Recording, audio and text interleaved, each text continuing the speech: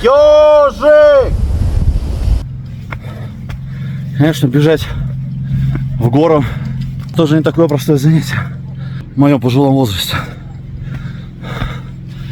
Мне сегодня 46 лет исполнилось. Добро пожаловать на остров Вечной Весны, Мадейру. Сегодня мы отправимся в путешествие по его трекам. Пешеходные тропы здесь впечатляют, но иногда автомобиль – ваш незаменимый спутник на острове. И не забывайте подстраиваться под местную погоду, особенно зимой. Готовы начать? Погнали!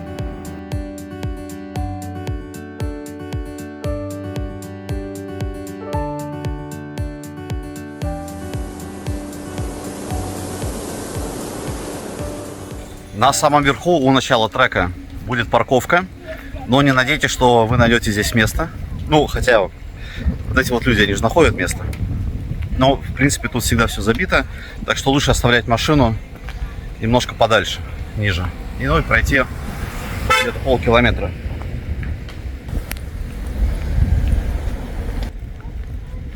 Ну, вообще, тема парковки на Мадейре, но очень интересная, потому что люди паркуются везде, оставляют машины практически везде. На тротуарах, на обочинах, в любых местах.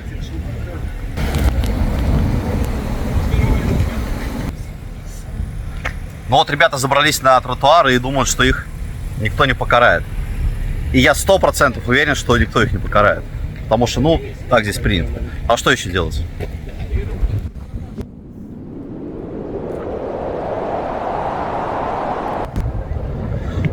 У начала трека стоит человек и спрашивает билеты. Так что, прежде чем вы поедете сюда, пожалуйста, купите билеты.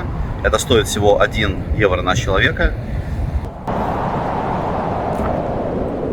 И сделайте это заранее через интернет, потому что на месте этих билетов купить нельзя, можно только предъявить.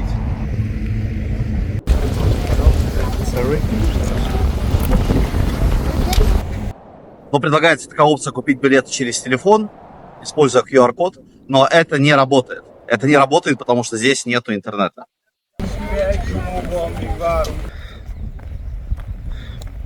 Но вот пока люди пытаются купить билеты без интернета, что сделать практически невозможно, мы можем пройти вперед.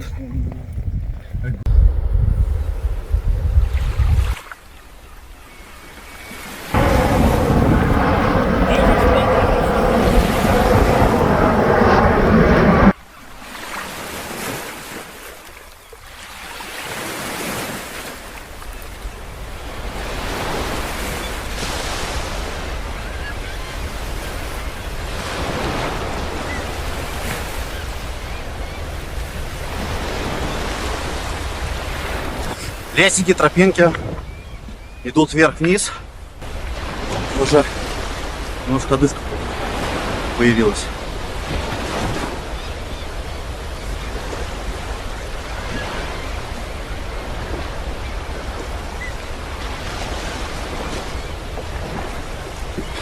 Дорога пойдет вначале вниз, потом вверх, потом опять вниз, маленькую долинку, потом опять вверх, вверх, вверх, ступеньки, и наконец вы выберетесь к этим острым скалам. А уже после скал дается самое интересное.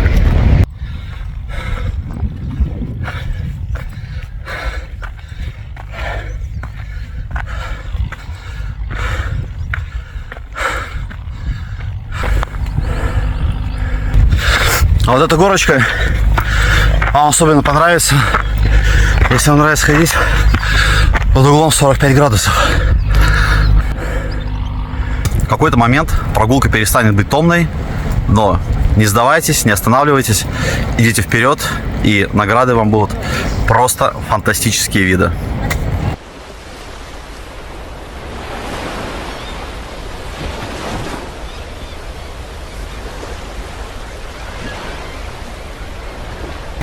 Это восточное побережье Мадейры, и, возвращаясь домой, убедитесь, что сделали как минимум 1 миллион фотографий. Это как минимум. Ну и вот мы возвращаемся назад. Дорога назад показалась мне труднее, потому что нам нужно было бежать. Нужно получать новый автомобиль. Но если вас интересует вот такой вот спортивный трек, то смело приезжайте сюда. Ну, в зависимости от того, конечно, как вы будете идти, 3-4 часа хватит вот так вот.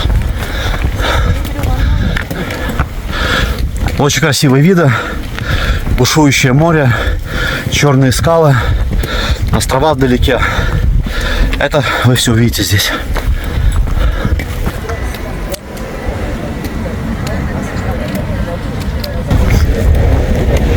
Запишите это название Сау-Лоренцо.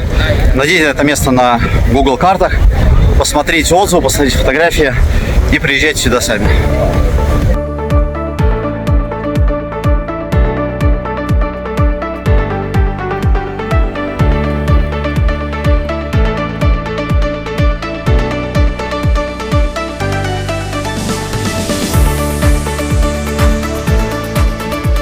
Здесь на Мадейре огромное количество треков для хайкинга, ну то есть для похода в горы.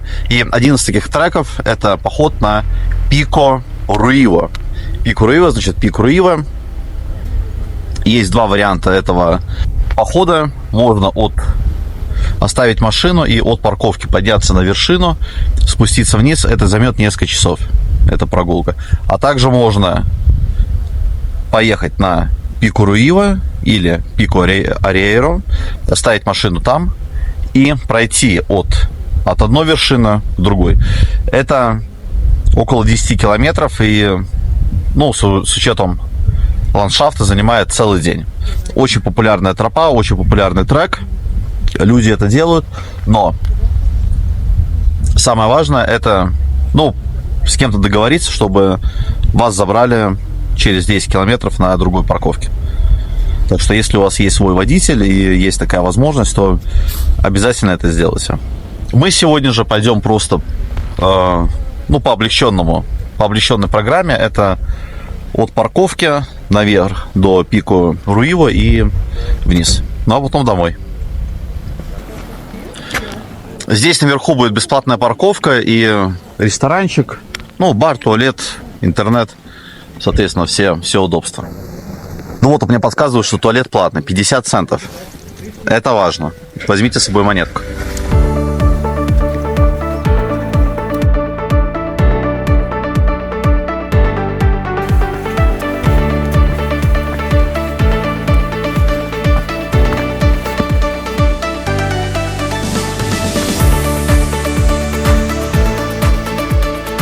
Прямо от парковки наверх начинается мощеная дорожка.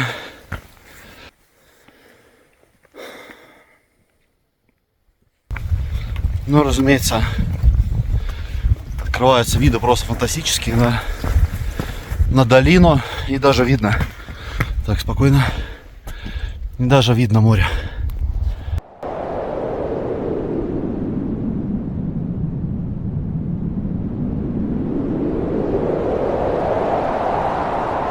Но вот так вот облако формируется на вершине горы, и по лощине спускается вниз в долину.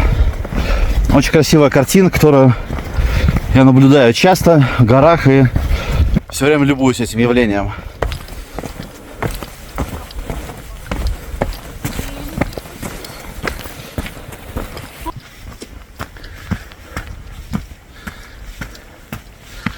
Идем по тропинке, внимательно смотрим себе под ноги, но не забываем любоваться этими замечательными видами, потому что налево и направо открываются просто фантастические виды.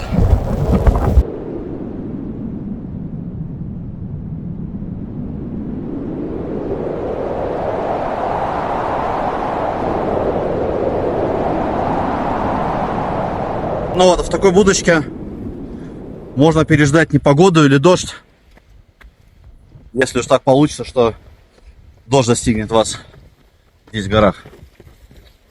Кто-то бежит, вот люди бегут просто-напросто бегом по этой тропинке. Но, может быть, они не изучали физику в школе, да, потому что вот стоит один раз споткнуться, и ты просто летишь вот туда вот 500 метров вниз. Может быть, они бессмертные.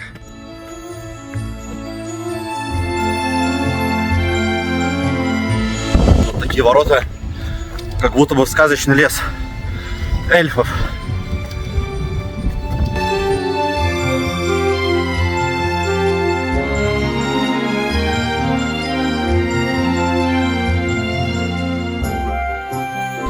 Много лет назад мы засматривались трилогией про «Братство кольца».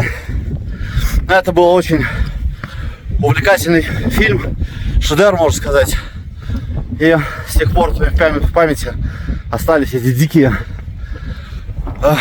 сказочные ландшафты, где я все время вспоминаю. Чем выше в гору, тем сильнее крепчает ветер. Становится таким морозненьким, свеженьким. Ландшафт становится все каменистее. Кстати, вот и... Кстати, вот и указатель. До пику Руила осталось всего лишь полкилометра, 500 метров. Это я могу, это я быстро сделаю. Без проблем.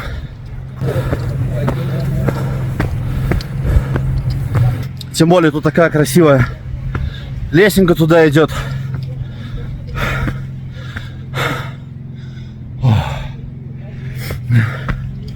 Небольшая дышка есть все-таки. Конечно, бежать в гору это тоже не такое простое занятие в моем пожилом возрасте. Мне сегодня 46 лет исполнилось.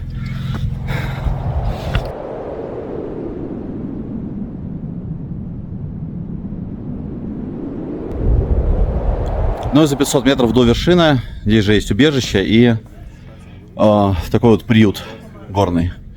Очень классно, тут, наверное, переночевать можно и поесть. Бодрым шагом наверх.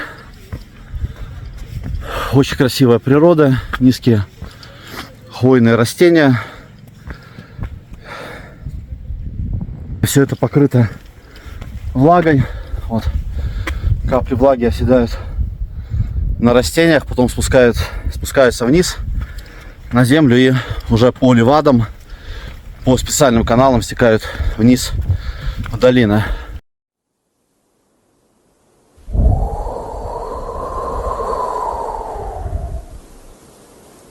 Небольшой кусочек везения мне бы сейчас не помешал, потому что до вершины осталось всего каких-то 10 метров, но налетело облако, виды исчезли, то есть все погрузилось в это молоко. Но так бывает, это природа, с этим ничего не поделаешь. Это надо принимать так, как есть.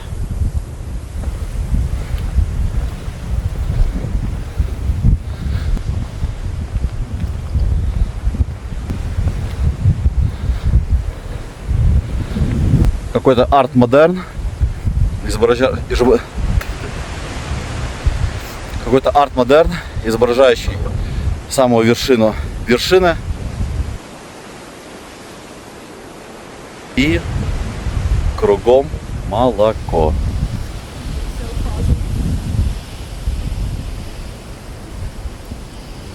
Ёжик! Ёжик! Ну и по дороге обратно. Погода резко поменялась. Налетели облака. Все в тумане. Все вот это вот, как все в молоке. Никакого вида. Так что если вы идете сюда, то, ну, надо принимать все так, как есть. Нельзя рассчитывать на какую-то супер хорошую погоду, супер прекрасные виды. Это все может поменяться просто-напросто в течение нескольких минут. Ну, вот как у нас сегодня. Туда я шел, снимал, все было красиво. Обратно.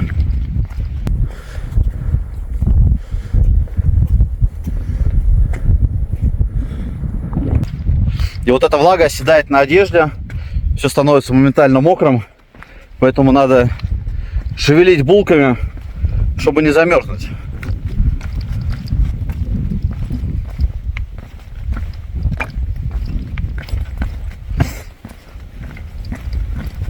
Шляпа, кстати, на самом деле очень хорошо помогает. Она не для какого-то выпендрежа. Вот она вся мокрая сверху. Так что в этой поездке она мне на самом деле пригодилась.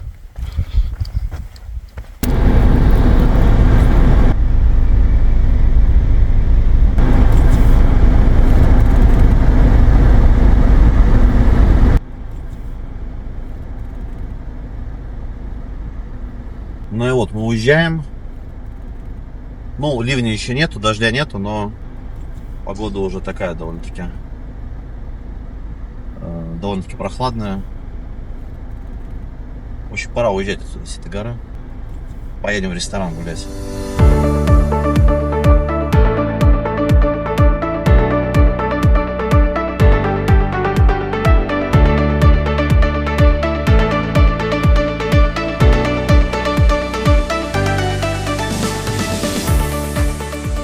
Так, ребята, признавайтесь честно, кто на 0 поделил только что.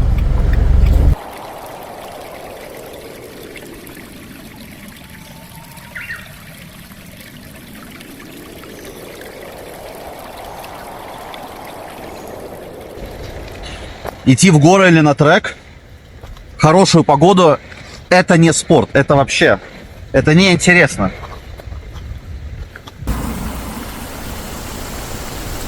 Ну вот потоки воды стекают вниз с дорог, даже несмотря на то, что нет какого-то прямого дождя, такого ливня, да, настоящего.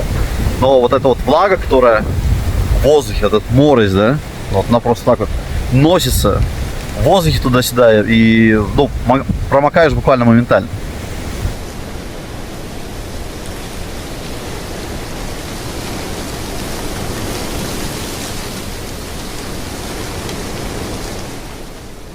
Вот девушки пошли на тропу, без дождевиков, без нормальной одежды. Но сейчас нормальная одежда — это дождевики. Через пару минут они вымокнут просто-напросто до трусов.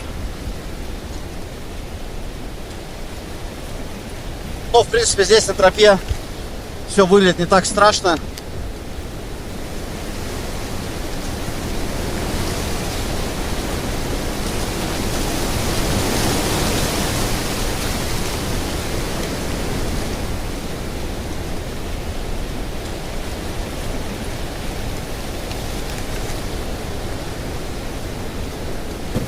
Многие деревья даже огораживают таким забором, потому что много домашних животных, коров, коз. Это только люди могут в такую погоду гулять. Животные же они не дурные.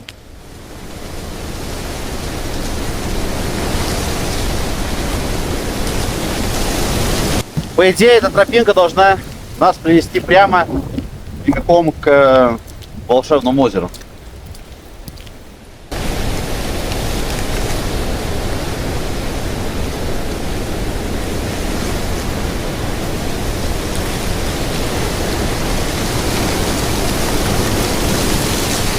Везде валяются ветки, но похоже, это следы сегодняшнего урагана.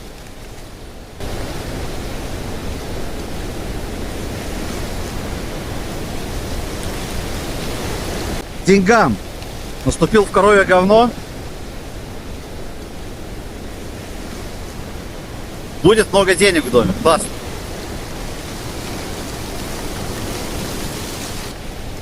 Ну, какие-то люди есть сегодня на тропе, гуляют. Значит, людям нравится.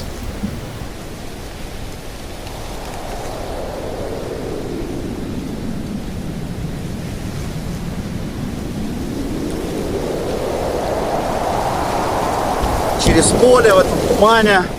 А куда идем? Черт его знает. Может, тропинка уже потерялась где-то. Или ее размыло. Да, это уже реально становится интересно.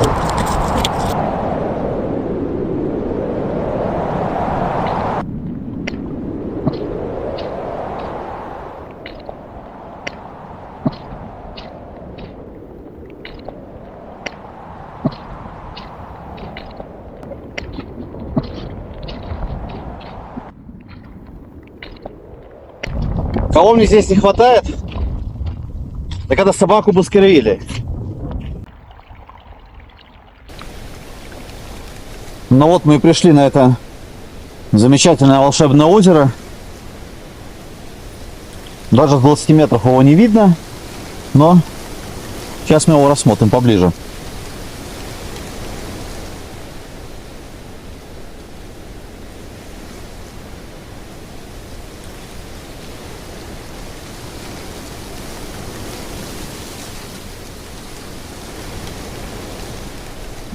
И вот это место мне сразу напомнило фильм «Ведьма из Блэр». Может быть, вы его смотрели? Он был снят в жанре псевдодокументального кино о какой-то ведьме, которая жила в местечке Блэр, и там пропадали люди. Ну, в общем, они пошли искать, и никто не вернулся.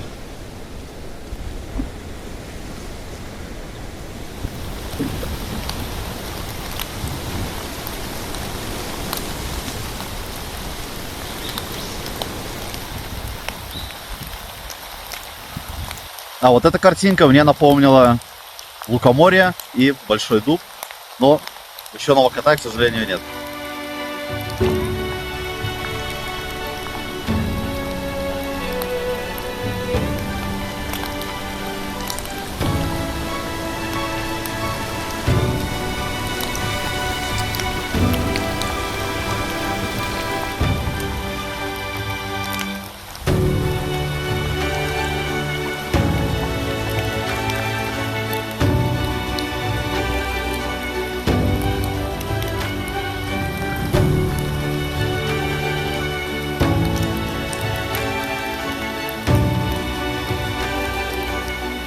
Ну вот такая мокрая, но очень интересная прогулка у нас получилась.